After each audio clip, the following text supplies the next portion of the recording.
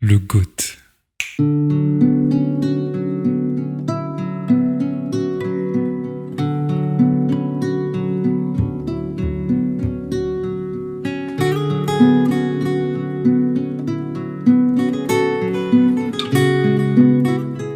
Avant de parler du GOAT, on doit le définir. C'est quoi ce GOAT dont tout le monde parle? La première lettre, le G, renvoie au terme greatest qui signifie le plus grand en français. Pour le terme grandeur, le Larousse nous offre deux définitions: caractère de ce qui est important, élévation morale, intellectuelle, qualité exceptionnelle qui suscite le respect, l'admiration. Ensuite, la deuxième syllabe du mot, the greatest, le plus grand. Un superlatif, donc dans ce débat, on va devoir hiérarchiser. A est plus grand que B, qui est plus grand que C. Et c'est là que les emmerdes commencent. Nouvelle série sur la chaîne, qui est le GOAT en tennis? Le débat préoccupe tous les suiveurs depuis la moitié des années 2010 et il était grand temps d'y consacrer une série spéciale, non? D'abord parce que c'est la discussion ultime de comptoir, à chaque nouvel exploit, chaque nouveau record, il est remis sur la table, dans cette cacophonie, beaucoup prêchent pour leurs favoris, sans objectivité, sans se soucier de la définition du terme. Le GOAT, c'est pas ton joueur préféré. Le GOAT, techniquement, c'est pas non plus le meilleur joueur de tous les temps, sinon on parlerait de best of all time. C'est the greatest, le plus grand. Alors, si tu le veux bien, et avant de parler de Roger en détail, je vais te donner mes 5 critères qui établissent la grandeur d'un joueur. N'hésite pas d'ailleurs à me donner les tiens en commentaire s'ils sont différents. Uno, ce que le joueur a apporté au tennis, au jeu dans son ensemble. Dos, la dimension iconique, emblématique, l'intemporalité. Tres, le renouvellement au cours de sa carrière, le côté révolutionnaire. Cuatro, la difficulté des exploits, quelle concurrence. Cinco, l'aura, le charisme, le style, sur et en dehors du court. La grandeur s'exprime aussi, bien sûr, par un palmarès très fourni, mais attention, pas forcément le plus fourni. Enfin, les rivalités que ce joueur a pu connaître sont importantes parce que les rivalités révèlent le caractère, les ressources morales et la grandeur, ou la bassesse d'un joueur. Une fois qu'on a posé ça, on peut enfin parler de Roger Federer, t'es quand même là pour ça. Alors, que dire de Roger? D'abord qu'il a redéfini le niveau d'exigence pour gagner un grand chelem, ça c'est incontestable. Entre le crépuscule de Sampras et son avènement, des joueurs comme Thomas Johansson, Gaston Gaudio et Albert Costa en ont gagné. Mais une fois qu'il a commencé à dominer, l'affaire est devenue beaucoup plus compliquée. Pour la faire courte, si t'as gagné un grand chelem entre 2004 et 2020 chez les hommes, c'est que t'es un immense crack. Enfin presque. En plus, si Roger a fait passer un cap au tennis, il l'a fait avec un style inimitable qui renforce sa greatness. Car Federer est un génie générationnel à la palette infinie. D'ailleurs, si tu te retournes sur ces dernières décennies, est-ce que tu vois un joueur qui a possédé, dans l'histoire du tennis, cet alliage de grâce destructrice? Allez, McEnroe peut-être? Je vous pose la question. Bref, cette combinaison style-résultat le place à tout jamais dans le mont Rushmore du tennis. Passons rapidement sur le fait qu'il a complètement dégoûté une génération entière de joueurs ultra talentueux. Les Roddick, les Hewitt, les Nalbandian, les Safin et tant d'autres ont vu leur palmarès divisé par sa seule présence. Niveau longévité, Roger est le deuxième joueur le plus vieux de l'histoire à avoir gagné un slam avec sa victoire à l'Open d'Australie 2018, derrière la victoire de Rosewall en 72 à l'Open d'Australie également, et est le principal contributeur de l'internationalisation de ce sport. Il a été le cheval de Troie ultime pour le marché asiatique notamment. Roger, c'est le premier membre du Big Four, c'est le feu et la glace en un seul joueur, c'est celui qui a écrit l'histoire au-delà des 14 grands chelems de Pete Sampras et qui a défriché des territoires jusqu'alors inconnus. Ah, on n'a pas encore parlé de sa technique. Ok, très bien. Roger, c'est l'un des meilleurs combos service coup droit déplacement que ce sport n'ait jamais vu tout simplement. C'est un revers à une main inspiré de ses modèles, je rappelle Edberg, Becker et Sampras, une faiblesse structurelle, donc son revers à une main, je parle de son revers à une main, qu'il a réussi à camoufler puis à optimiser encore et encore jusqu'au chef-d'œuvre absolu de l'Open d'Australie 2017.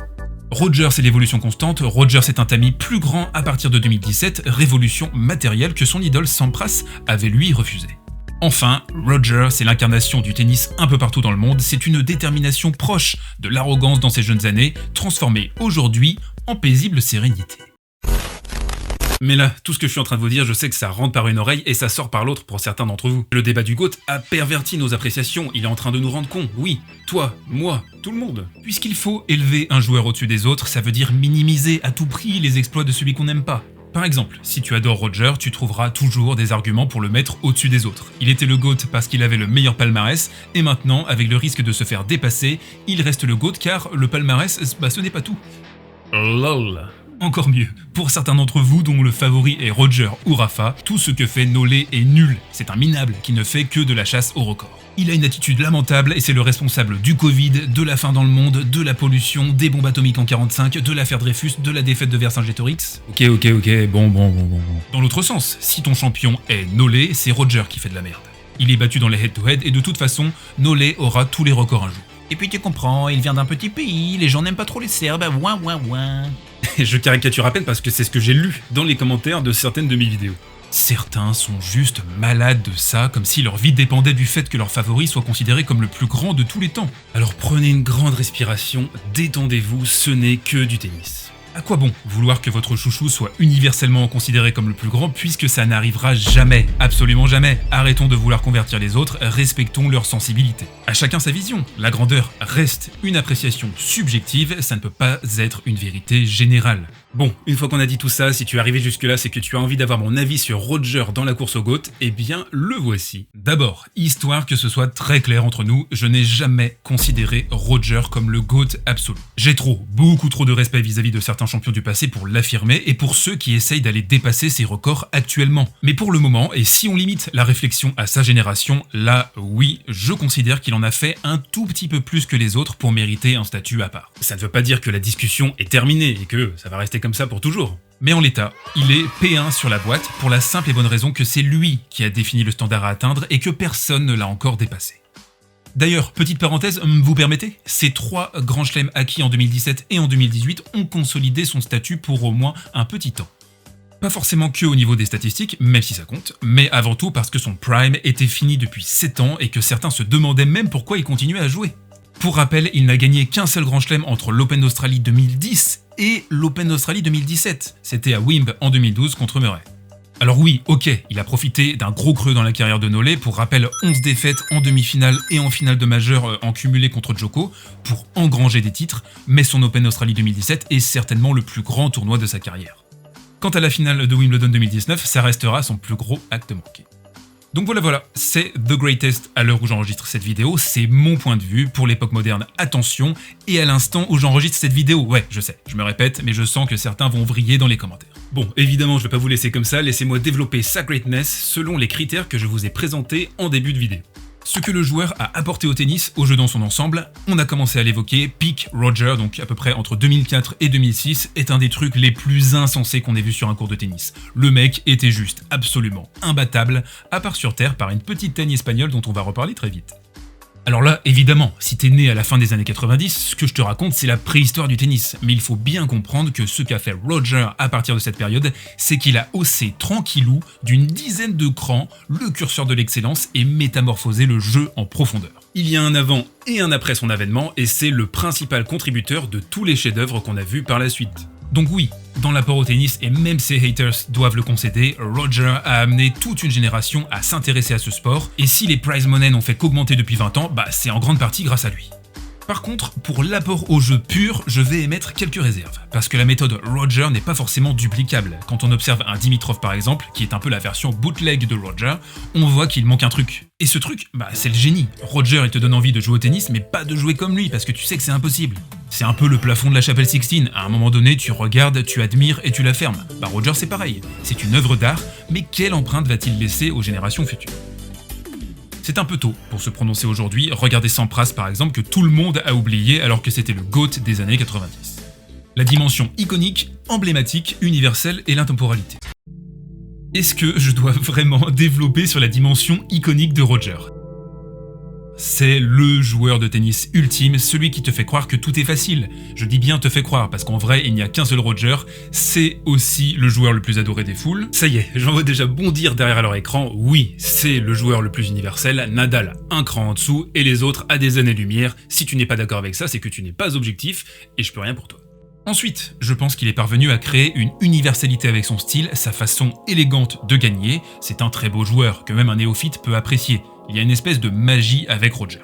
Alors ok, oui, bon, il a pu parfois faire un peu le forceur, notamment ses tenues ridicules à Wimbledon, mais on voit qu'il a conscience de s'inscrire dans l'histoire du jeu, il la respecte énormément, et a surtout été en lutte avec lui-même pendant toute sa carrière. Ce qui fait une grande différence avec Novak Djokovic, on y reviendra dans la vidéo que je vais lui consacrer. Le côté révolutionnaire, le renouvellement au cours de sa carrière.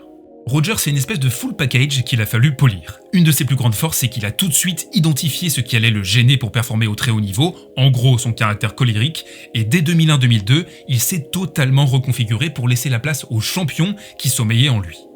Et ça, c'est très très fort, vraiment. Des joueurs ultra talentueux, il y en a eu un paquet, mais très peu ont réussi à aligner comme lui talent, travail sur soi et éthique de travail.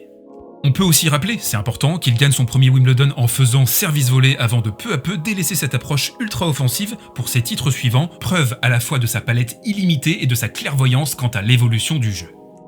Niveau technique, il a bossé sur 1 milliard de petits trucs tout au long de sa carrière dans un souci de longévité mais aussi d'efficacité, je te renvoie à ma vidéo sur son service par exemple, où j'ai abordé cet aspect en détail. Sinon, sur le côté révolutionnaire, oui, Roger fait partie de cette élite dans l'histoire du jeu qui a amené le tennis à un niveau supérieur. Cyborg reste pour moi celui qui a le plus transformé ce sport. Roger a dessiné l'horizon du tennis postmoderne, ce sport que nous connaissons aujourd'hui. Difficulté des exploits, quelle concurrence? Les anciens vont me dire que les années 80 étaient extrêmement compétitives, mais un peu de sérieux quand même. Quand tes rivaux s'appellent Rafael Nadal et Novak Djokovic, désolé mais la concurrence est ultime et jamais vue. Surtout quand on voit les head-to-head plutôt en sa défaveur, on va y revenir. J'entends parfois que Federer a construit la majeure partie de son palmarès lors d'un creux générationnel, c'est seulement en partie vrai, car c'est oublier à quel point c'est lui qui était la plupart du temps complètement injouable, et pas les autres qui étaient mauvais.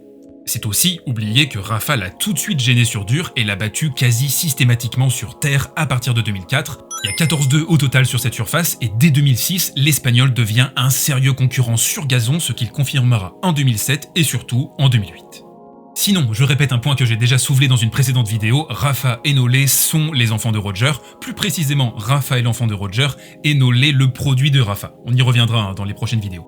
Un truc qui m'amuse beaucoup aussi, c'est que dans leur prise de parole, Djokovic et Federer désignent systématiquement Rafa comme leur plus grand rival et l'Espagnol fait le pont entre les trois champions. Tiens, d'ailleurs, arrêtons-nous un instant sur les affrontements entre les trois joueurs, on est obligé forcément de parler des head-to-head entre les trois champions. Vous le savez, vous n'êtes pas des Ténix. Roger a un bilan légèrement négatif contre Djokovic, 23-27 à l'heure où je tourne. Cela nous fait un total de 52 matchs que je vous propose de découper en deux périodes, la première jusqu'à 2011. 2011, c'est la première grande année de Nolé qui débute son prime. Et ensuite, la période qui va de 2011 à aujourd'hui avec un post-prime Roger.